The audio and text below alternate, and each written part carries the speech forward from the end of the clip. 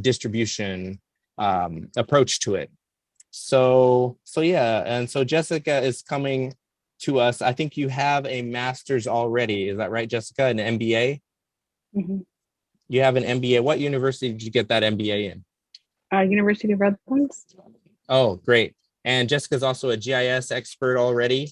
And she's also has a lot of work with local labor unions and organizing. So she's kind of definitely a health advocacy person. So I wanted her to join in on this project so that she could kind of take it to the next level with wastewater-based epi, because that's the component that's missing from wastewater-based epi is, well, it's great that it's a neat surveillance tool and everything, but are we really using it to reach these underserved populations? So with that, I'll welcome you here and let you start your presentation. Okay, I'm going to share my screen. Okay, looks like you can see it. Did you record it? Yeah, it's recording. Yeah. So before I start my presentation, I'd like to take a minute to acknowledge the land known as Loma Linda and the native people who reside here, who are ancestors of the Seminole tribe, named their leader, who also resided in the mountains of Big Bear Valley, a place known as Yavitam. Today, we remember the Seminole people and their ties to the land, the animals, the plants, the water of Loma Linda. So this project's entitled An Environmental Equity Approach to the COVID-19 Pandemic for Locations of Greater Vulnerability, Utilizing Wastewater-Based Epidemiology Surveillance. So early in the COVID-19 or severe acute respiratory syndrome coronavirus 2, SARS-CoV-2 pandemic, surveillance was known to be underestimated. It underestimated the prevalence of rates due to several factors, one of which was inequity for surveillance in geographic areas that were already lacking access to resources before the pandemic, a lack of access to tests or there were none available. Individuals did not seek testing due to underlying insecurities about income alongside the perceived stigma that followed a positive test result, and they felt the need to care for others above all else. Individuals also did not seek out healthcare due to adverse personal experiences with the healthcare system in combination with poor social determinants of health. The vast majority of SARS-CoV-2 testing has been performed within populations consisting of voluntary subjects or those required to submit to testing for various reasons, such as work or educational requirements. With the United States now offering free at-home SARS-CoV-2 testing delivered via USPS, these at-home test results are frequently not reported to the CDC, although it is an option. This project seeks to directly address the problem of a lack of equity and access to consistent testing for COVID for vulnerable populations in disadvantaged areas. The lack of data hinders the ability of the American healthcare system to mount a timely response to stop the spread of COVID once hospitalizations and deaths increase, as they're limited to reactive instead of preventative or proactive strategic response. So early in the pandemic, people were exploring other methods of kind of developing epidemiology. So the use of wastewater-based epidemiology is using a 20-year-old process that was created by unnamed environmental scientists. They use wastewater to inform the health of a population within a contributing sewer shed. WB surveillance requires a multidisciplinary coordination across several sectors from public health laboratories, wastewater treatment facilities, and healthcare stakeholders. WBE can detect a quantifiable amount of SARS-CoV-2 fragmented gene copies found in 1 liter of raw wastewater, which is usable. This technique is usable at any wastewater treatment facility. The startup costs are relatively low for an existing lab, between $5,000 and $20,000, depending on the method that they decide to utilize. Samples can be collected and processed with minimal sufficient training, using robust procedures and reliable research within reasonable proximity to the collection sites. The results can anticipate outbreaks as well as other communicable diseases up to 4 to 10 days in advance. Here's a picture that the School of Public Health uses often of Dr. Sinclair and a student collecting samples here on campus. So the purpose of the study, this doctoral project seeks to test the hypothesis that WBE is not equitably distributed as a method for surveillance across the United States. So here's a map of existing, the green areas are federal and non-federal wastewater treatment plants. And on the right-hand side are wastewater-based epidemiology sites. So this looks pretty impressive right now, but as we move this over, we see the potential that exists for expanding wastewater-based epidemiology.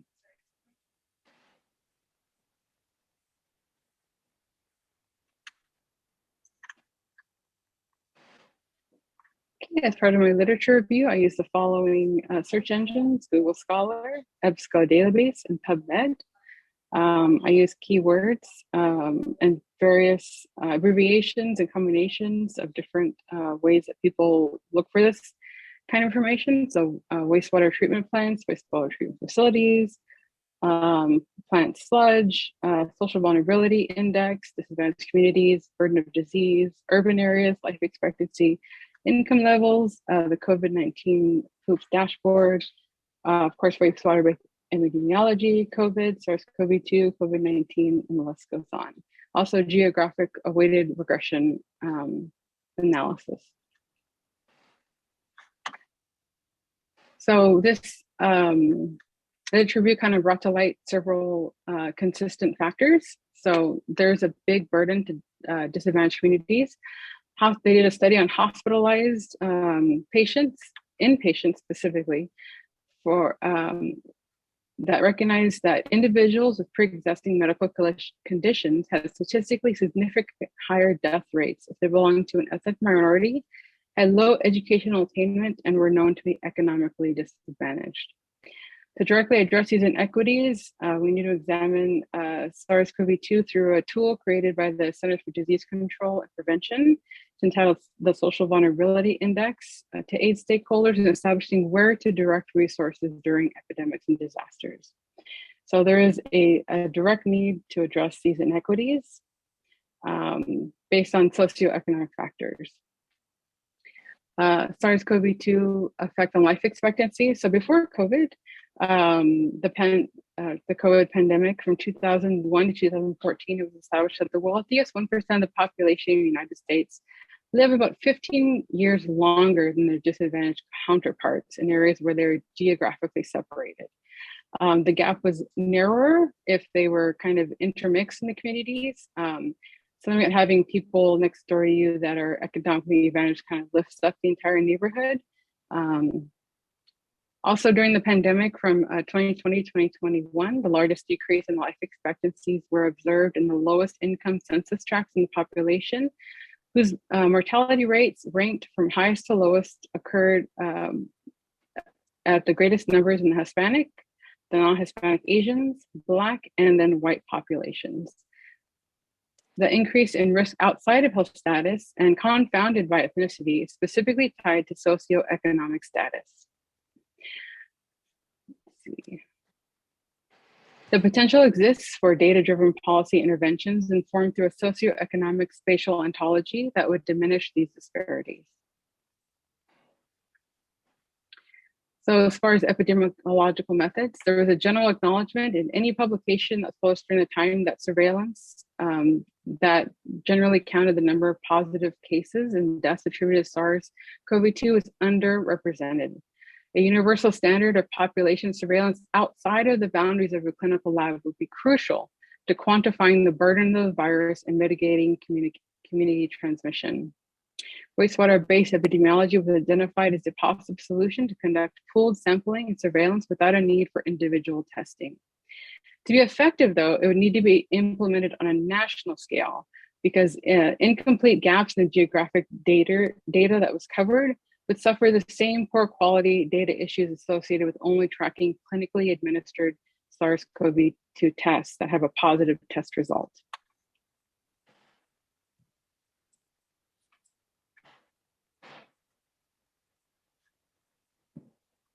Okay, so right here, I'm going to show you some extremes. my map to load. There we go. So what does the landscape look like in these areas? So this is one extreme. This is the King George County, Virginia, which has a social vulnerability index score of 0.20, which is the lowest vulnerability. If you look right here, you see that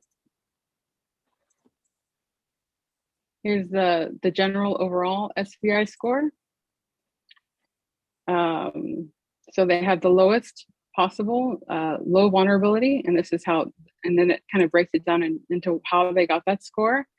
So socioeconomic theme, so the amount of people below poverty, unemployed, median income, no high school diploma, they're all relatively low. Also the ages broke down, any disabilities, single parent households, those numbers are also very low. And a minority, so amount of the minority population, so they have a low to moderate vulnerability based on minority populations. And also that people that speak English less than well, they have a very small percent of people. So if you look on the map, you see that's mostly yellow, which is lowest vulnerability. And there's a lot of WBE sites within those areas. So they're very well taken care of, and they're very well, they're very low scoring social vulnerability index neighborhoods, which is the yellow area. So we're going to look at another extreme. So someone who's very high on the highest vulnerability is a score of 1 to Navajo County, Arizona.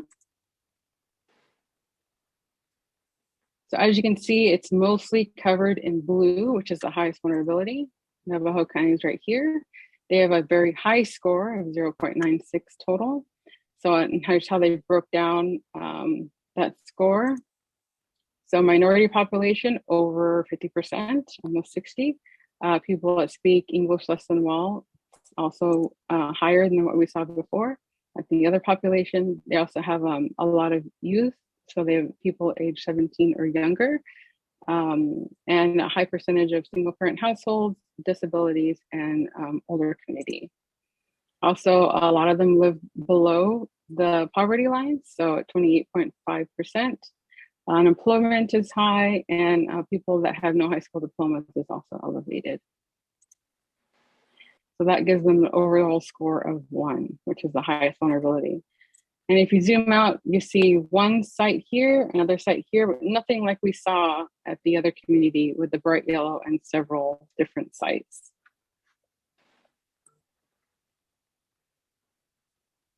So does wastewater-based epidemiology surveillance adequately monitor SARS-CoV-2 in areas with the most vulnerable populations? I'm proposing that I use a geographically weighted regression analysis to look at, see how there's multiple colors here. So these are all different colored areas that have different scores of SVI. And I'd be bringing in the ones closest to this Southern New Mexico correction facility. So those are weighted heavier than the ones as you move out 10, 15, and 20 miles to see what their overall SVI is near that wastewater treatment plant specifically. This is, so it's bringing in those economic factors and limiting to that particular watershed area. So are there any states that have an improved approach monitoring SARS-CoV-2 across CDC SVI distributions? The answer is yes. These are the top highest ones: Michigan, New Mexico, Missouri, and Ohio. These are high numbers compared to everyone else, but it is out of a total of 427. So a small percentage of those is in these high areas. So I'll just quickly look at Michigan. They're pretty well distributed, probably because of the Flint water crisis out there. They put a lot of money into water, wastewater, and other things and such. So that could be why they're an outlier. New Mexico is the one I delve into more later in the presentation. As an example, as you can see, a lot of their communities are in that lower social vulnerability index already, and maybe they just happen to be in those locations. Missouri is another one. They have a pretty even spread of the use of WBE. They've really adopted it really well, but only 8 of the ones that you see pictured are in high vulnerable areas. The rest of these are across the spectrum. And then Ohio is another one. Here we have Ohio. Also a lot of use of WBE, but only 5 of the ones that you see are in high vulnerable areas. And then across is kind of an outlook of all the United States. So how does the total number of wastewater treatment facilities in each state compare to the total number of WBE SARS-CoV-2 surveillance sites in the same state? This is New Mexico, as one that I said I was going to highlight. It's looking at their total number. So I outlined the groundwater discharge permits because that is data that I will be examining. They have a total of 394. I broke it down. The wastewater treatment facilities there's 90 of them. And then again, I broke it down to those that are using WBE, which is 21. Only one of which is at an actual wastewater facility. The rest are sampling very specific locations like nursing homes and prisons. So theoretical framework, I'm looking at the geographic weighted regression analysis. It's a variation on a weighted regression. It assigns more weight to the center of the XY coordinate. The weight decreases as the distance increases away from the point. It's utilizing open source data. So the COVID-19 POOPS WBE site collect dashboard. And I'm going to combine that with HPL theme 1, using the CDC SVI. Analysis results will identify the highest priority future WBE sites and expose the gap in access to WBE and environmental equity, and define socioeconomic status across the sewershed area. So this is my formula for it. It's looking at different relationships and how they mix. So the first theory is that there's no relationship between the CDC Social Vulnerability Index, SPL theme 1, and WBE testing status, denoted as a 0 or a 1. And the other one is that there is a relationship. I'm going to break it down by least vulnerable, mid vulnerability, and most vulnerable on a scale of 1 to 4. The WBE testing status 0 to 1. And also look at it at a radius of 10, 15, and 20 miles at the spatial coordinates of XY, so the WBE sites combined with the wastewater treatment facilities. And here's my model right here. So it's basically environmental equity is looking specifically for a fair dissemination of environmental risks with a special focus on accessing technologies. So method and study design, I've kind of received your feedback and really concentrated on explaining it better. So hopefully this helps. This is a cross-sectional study combining 2 special determinants, all known US wastewater-based epidemiology sites as of December 2022. So I want to continue to collect them until that date from the COVID-19 dashboard. And the Centers of Disease Control and Prevention 2018 Social Vulnerability Index, specifically RPL theme 1 and SPL theme 1, which both are examining socioeconomic factors. Geographic weighted regression analysis, I'm going to be using ArcGIS Pro version 3.0.1. I just had an update, so I'll be using the newest one. Be using for the national map, I'll be utilizing Albert's equal area conical prediction. Going to analyze WB its distribution in the United States at the census tract level and determine average wastewater stewardship area, estimating small 10-mile, medium 15, and large 20-mile radius. So I'm also going to be looking at the results to examine each state individually and create a metric scorecard. And I have the possibility of organizing each of these states into 8 regions if that becomes something that the committee would like to explore further. The analysis of future WBE sites at a census tract level. So the results will be used to address inequities and inform future policy. This is a cross-sectional design. So participants and recruitment, no recruitment or participants are required for this project. Variables, instrumentation, and measurement. So the geographic weighted regression allows for the interpolation of SVI scores across census tracts starting from a spatial point of a WBE or wastewater treatment facility site. This is useful because economic factors vary across census tracts and watersheds. From a funding aspect, the wastewater treatment facilities rely on funding from local tract-based and government budgets. Currently, WBE is is mainly conducted as a voluntary, something people can choose to do, and the data is scarce. This is a hyper-local data analysis focusing only on socioeconomic factors, focused on populations located closest to the facility itself, so the wastewater treatment plant, and people that contribute to the same watershed. Populations that utilize a septic holding tank are excluded specifically, and variations in population density or urban or rural status have no effect on the method of measurement. This is a pooled sample, and water flows or is pumped into one location. The gaps in the data are listed as null, -999 in the data set, and will be included separately in a category listed as no data with separate geographical representation. RPL theme 1 has one such site. SPL theme 1 has 363 sites, which are very, very low in comparison to the total numbers. The independent variable of X is defined as a site that is utilizing WBE 0 or 1, yes or no, as defined by the COVID-19 POOPS WBE dashboard. The dependent variable of Y is defined by the CDC Social Vulnerability Index, SPL theme 1, and which is a total number of 72,000. So compared to the missing data of 363, it's pretty robust.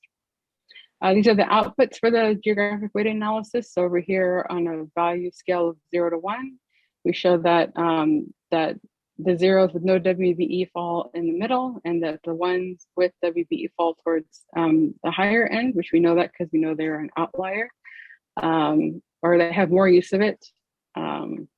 And then the distribution is not equal. It's very weighted to the left. And also the summary statistics, standard deviation, mean, median, and the normal distribution curve. So data management, open source, this is utilizing open source data. That's not personalized, does not contain any personally identifiable information or PII. It also includes wastewater treatment facilities, the COVID-19 POOPS dashboard. The data sets are geographic points on a map that are established by using XY coordinates paired from an address, polygons, or an estimated centroid. The CDC's SVI contains population information at a county and census tract level, which is defined as a relatively static population, in which changes occur occasionally due to population growth or decline. The CDC's SVI specifically excludes tribal census tracts because they don't use the same measurements as the United States government. They tend to use things like percentages and stuff to describe the population, which would not be useful for this product, would not be helpful when everything's being measured the same. Also, people that live in census tracts that are composed of less than 645 individuals are specifically excluded. They're not included in this data set. So as far as data analysis, the geospatial analysis will be conducted by myself, utilizing ArcGIS Pro version 3.0.1 software created by the ESRI, ESRI, Geographic Information Systems. The selected secondary data sets include comprehensive national data, and reporting gaps in data will be listed as null and will be included in a separate category listed as data unavailable with separate geographical representation on the map legend. Again, I'm using the 2018 version of the CDC SVI, and no extensive gaps are anticipated. A comprehensive list of wastewater treatment plants in each state will be compiled, utilizing active groundwater discharge permits issued by each individual state.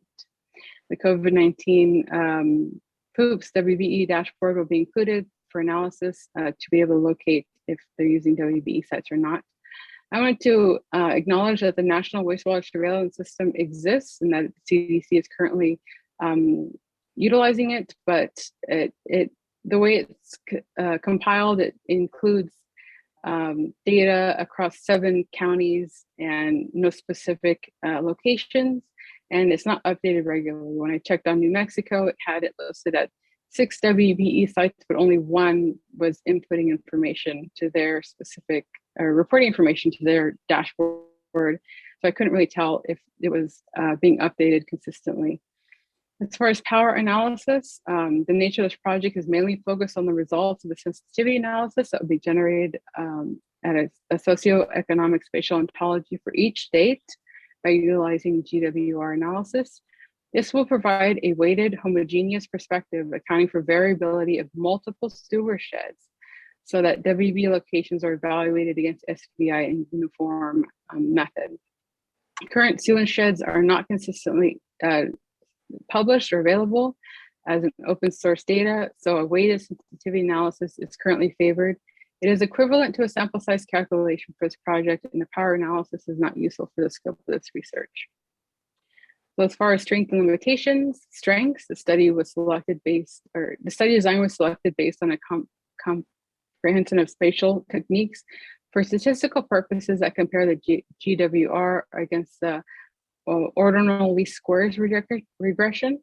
GWR is preferred due to the fitness parameter estimates of the model and the ability to make complex positive correlations across a geographic location, simplified for easy dissemination. Currently, there are no insurmountable threats, either internally or externally, to the validity of the study because the geographical data is fairly static. As far as limitations, the CDC SVI is published in 2018. Since the data was compiled before the pandemic, there could have been economic shifts that were a result of the pandemic. The nature of the potential population shifts that have occurred since the data was collected in 2018 is not recognized in this data set. They also specifically exclude travel census tracts, which have been known to be established independently from established standards and only use percentage estimates. The CDC SVI data excludes populations 645 individuals or less.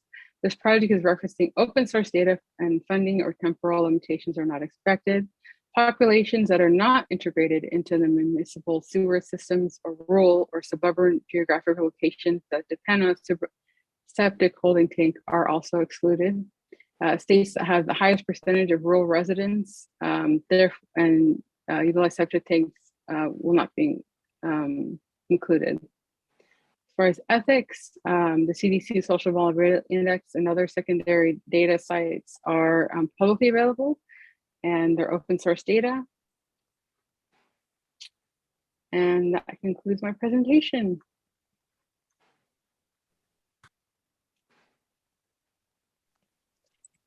All right, good job, Jessica. Yeah, so at this point, it's 3:40, and so we'll open it up for non-committee members to make any comments. So that would include Among, Ryan, Shanae, who else is here? Yeah.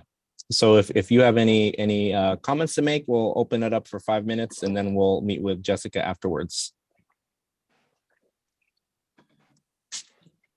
Comments or questions, that is.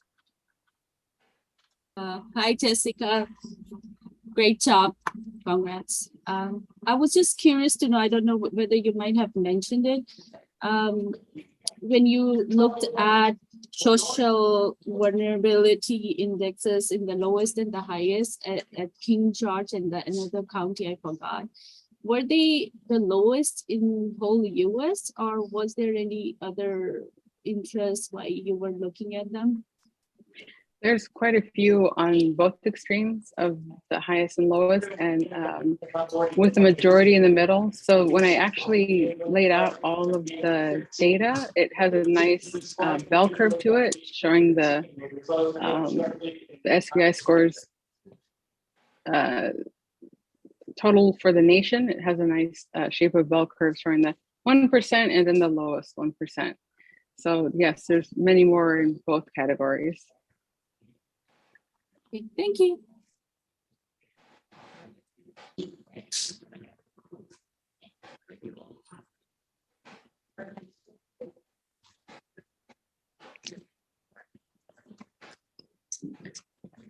All right. Any other questions from Rayanne or let's see, Shanae?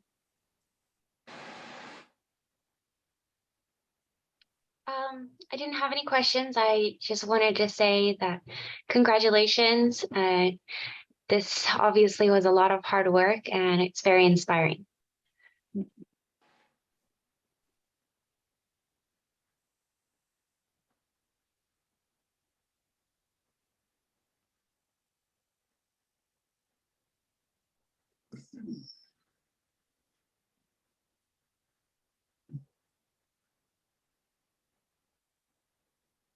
Dr. Sinclair, we don't hear you. Oh, so at this point, what we'll do is we will have asked the students to leave, and we'll be in the room with the committee.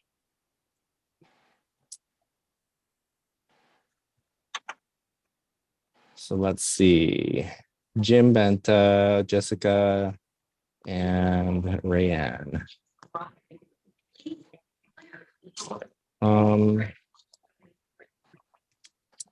And that would include Rayanne. Rayanne, are you there?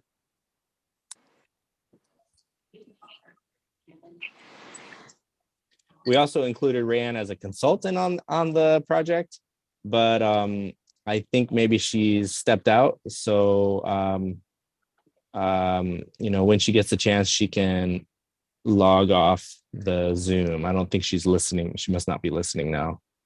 But yeah, so let's keep the recording on, because the person that we're going to share this recording with is Colleen, Dr. Naughton from UC Merced.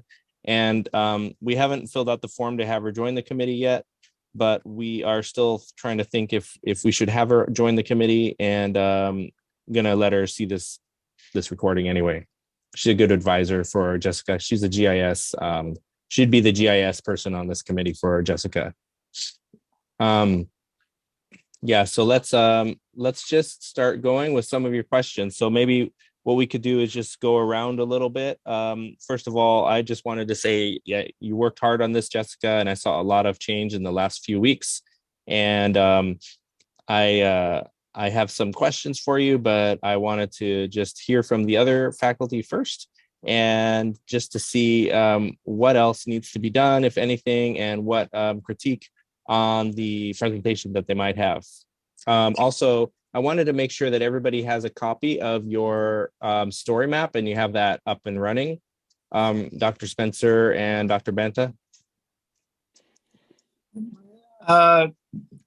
Yes, I have that. I think I have the latest email. Okay, I'll put the story map link in the chat.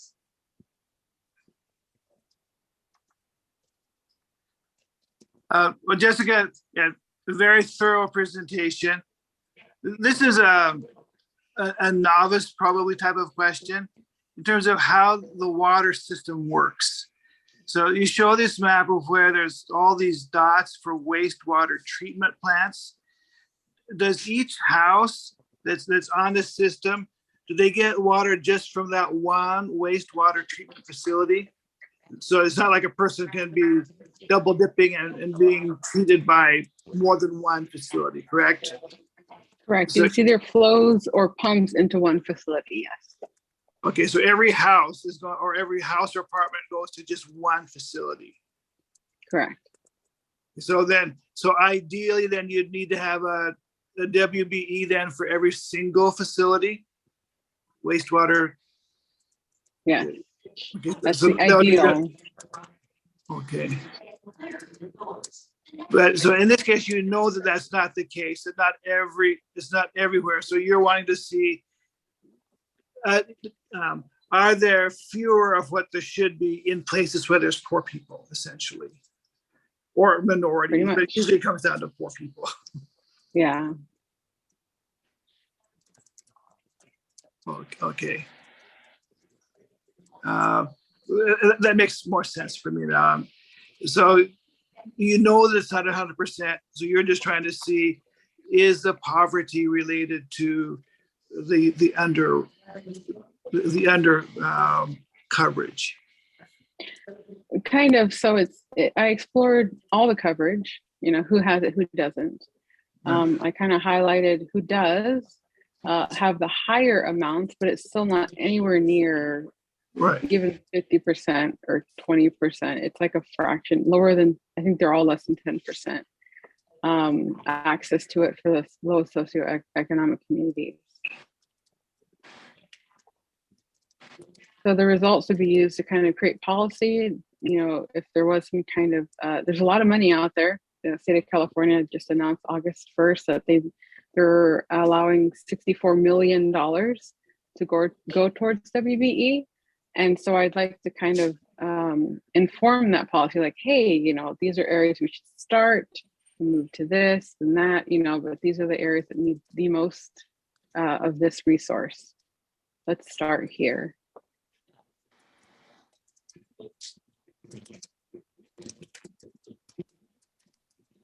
Okay, and I know that there were some emails this week from Dr. McNaughton about whether the GRW is the best approach or not. I'm going to just stay out of that because I don't really know. No I've done some emails, but I'll just acknowledge that I'm not an expert in that. So. Well, it's very close to what you mentioned about the clustering analysis, but the points in this case would be the treatment facilities or WBE sites, and then we look at the census tract, so like an area of land, and then kind of average the ones closest to that facility to see what their overall SVI is within that radius area. Because it's going to vary because, as I mentioned earlier, the rich people lift up the poor people, you know, so they improve their access to utilities and stuff like that. They don't like having the, you know, sidewalks and stuff looking anything less than perfect, I guess you could say. So they'll invest more in those communities. But if it's all like in the Navajo County example, low income, they just don't have that resource. And so they're going to suffer the most. Are you going to be creating SVI scores? So you're looking at different areas to calculate a point level SVI average. Are you calculating the average for the wastewater treatment plants or for the WBEs? So both. The way the analysis works is they'll be combined, and then I'll add a binary qualifier of 0 or 1 if they have WB access. And then that's what that chart looked like. The box and whiskers chart that I showed earlier showed that, you know, there was more WBE in the higher SVI areas, but we kind of showed that display the data in that way.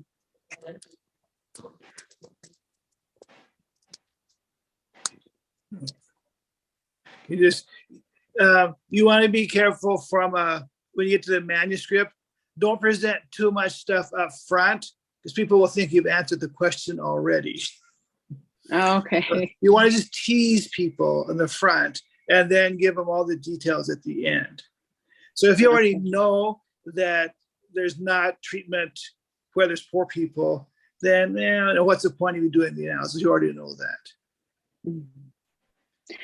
This is a hyper local focus because I could say, oh, this county isn't doing that great, but where? Because there's like 50 different facilities in that county. So which facility, you know, would we put that resource? You know, so that's why it's so concentrated on an individual basis. As far as facilities are concerned, not really related to populations or square miles or densities or anything like that. It's a very localized approach. I see Dr. Spencer is ready to ask questions. So we just have to think through them policy-wise. If everything is hyper-local, then is there anything you can say from a policy standpoint? So I was thinking about, I found there's university systems are broken up into 8 different regions. Since one of the socioeconomic factors is educational attainment or access to education, I was thinking about dividing them into those 8 separate regions if you wanted to approach it from a regional standpoint, like on a wider scale, like a national level, like at an executive presidential order or something like that. I'm not quite sure, but I can scale it up as well as scale it to hyper focus in specific areas. I like that. Go ahead, Jim. I'm just saying, I'm feeling nervous because it was like Rhonda's just. Yeah, I'm gonna run out of time because I have to leave at 4, but. Okay, Jessica, go for it, Rhonda. Okay, I wanted to say, Jessica, the amount of work that you have put in it for, especially around GIS, is very apparent. Hands down, I have not seen a master's level to this type of effort with GIS. One of the questions I have is in your lit review, Did you have any lit review that showed that wastewater is effective, right? Like, so I didn't see one of your slides saying this isn't effective, which people would say, well, why would we do it? You know, like you don't have any studies that show this works or what they do with it, right? So one is, I think you want to get lit review that shows wastewater-based epi is effective at doing things, or maybe I missed it, but I didn't think I saw it. The other is the cost, right? Because it's one thing to demand or say, I want everybody to have gold, right? But we, you know, like what is the cost? And public health departments and public health, typically we have, you know, bread and water. So include the cost. One of the things I have a hard time is knowing what your research questions are and what you're going to do to answer that. Because all of a sudden throughout the presentation, I thought you were asking the question and answering it with a yes or no. So can you show me? So that's where I stumble is, what is the specific research question?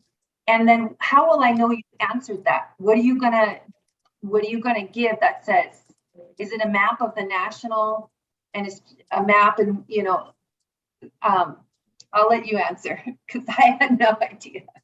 It's going to be broken down in a scorecard by each state. Can you go, Jessica, to your research questions? Yes.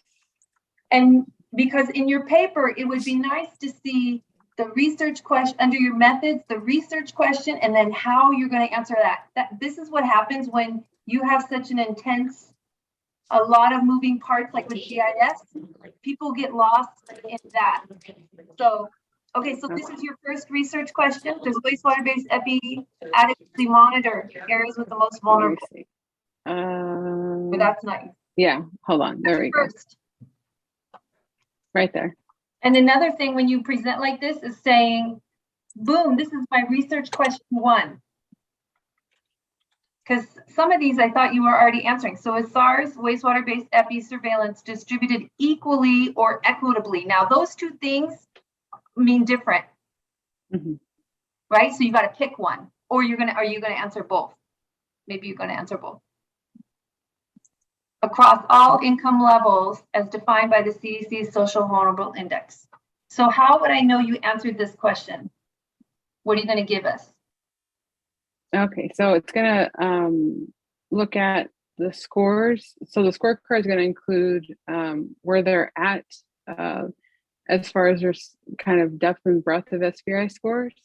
And then it's going to show where the WV access is currently, and where there is potential. So at the wastewater treatment facilities, where there's potential to have that access, and looking at the socioeconomic factors. So see, this one I don't understand. Like, is it a map, or there'll be scorecards by state you're going to give? Are you? Yes, by state.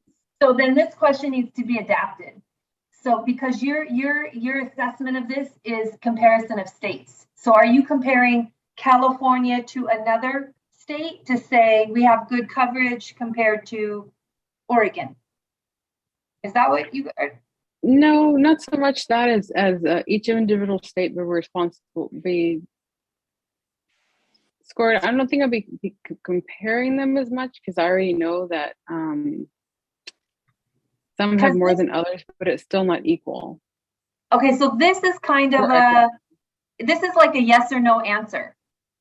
Okay. How you have it set up, is it or not?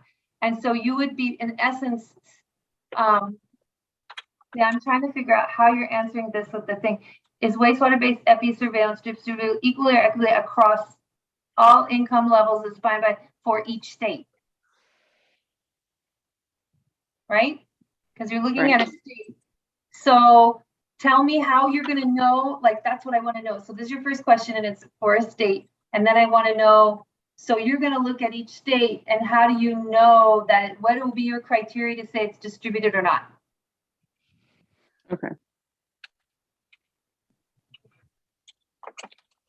So I would. Is that the most effective question to be asking? I think that it's good to refine this a little bit, but is that the most effective question is to answer state compared to state?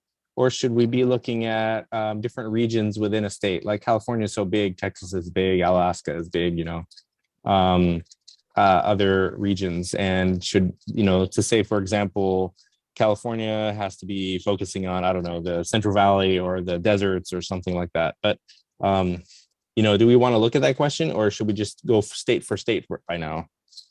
This is just adding on Dr. Spencer, so I didn't want to take your time away, Dr. Spencer. But because right now how it is, it's kind of very fuzzy, and then I'm not sure what the output will be. So that's for number one.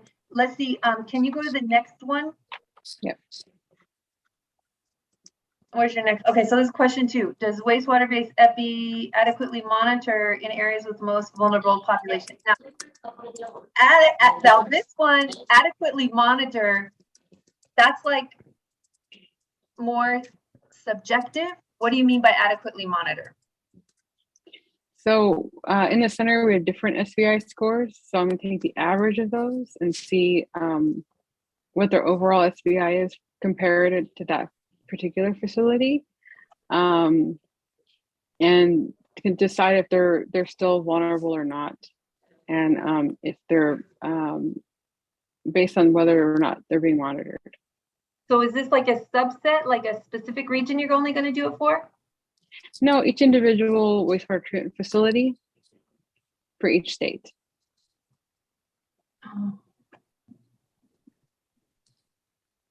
So why don't you explain the what those circles are? Those are the radii, right? Like 5 miles, 10 miles, and 15 10, or something? 10, 15, 20, yeah. 10, 15, 20. Yeah. And so how does that, those are kind of a separate issue from your research question. I think those are part of your sensitivity analysis, right? Yeah, they are. So maybe that is a bit confusing when you look at it in terms of this research question. It can be addressed separately. Right, because there's two things here. There's what do you mean by vulnerable populations, and then what do you mean by adequate monitoring? Is adequate monitoring meaning that a certain percentage of facilities have some sort of assessment going on? So a lack of, or a lack, so 0, so none, or yes, WBE. So it appears based on the general national county level, so at a very general overgeneralization of an area, that there isn't. But once I hyper focus in to these areas, there could be or not be. So this is getting at equitable. Yeah. I'm still not clear. What do you mean by adequately? Like, is it the distance out? Like that's, because that term is very gray. Is it like, and with these like kind of figure rings, is it that system monitors out, how far it monitors out? So adequate being, I guess a better word would be, is it accessible to the most vulnerable populations? How is this different than your number one? Because your number one is it distributed, right? And is this one focused more on the level of distribution, I think? Yeah. Yeah, this one I'm having a hard time to see, and it exactly how.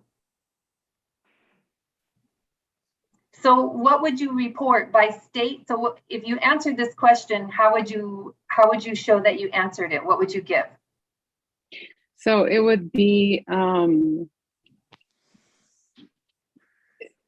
the amount versus present versus the amount missing. So if there's 300 wastewater treatment facilities and only 5 of them have WBE are utilizing it, then that would be inadequate monitoring. So you need to know what percentage. Okay, so that question is more of a what percentage of the the waste facilities are in that state are actively monitoring. Yes. That's different. Yeah. That's not what that says. So that one, Okay. what percentage of the, what percentage via states? And then, so you could even give me a printout, like you could print out by states across the states. And I mean, it would be nice if there's something that you compare that to, because are you looking at across the state and then across the state, the vulnerable populations, or what are you looking at? Just their overall. So this would be a picture of, you know.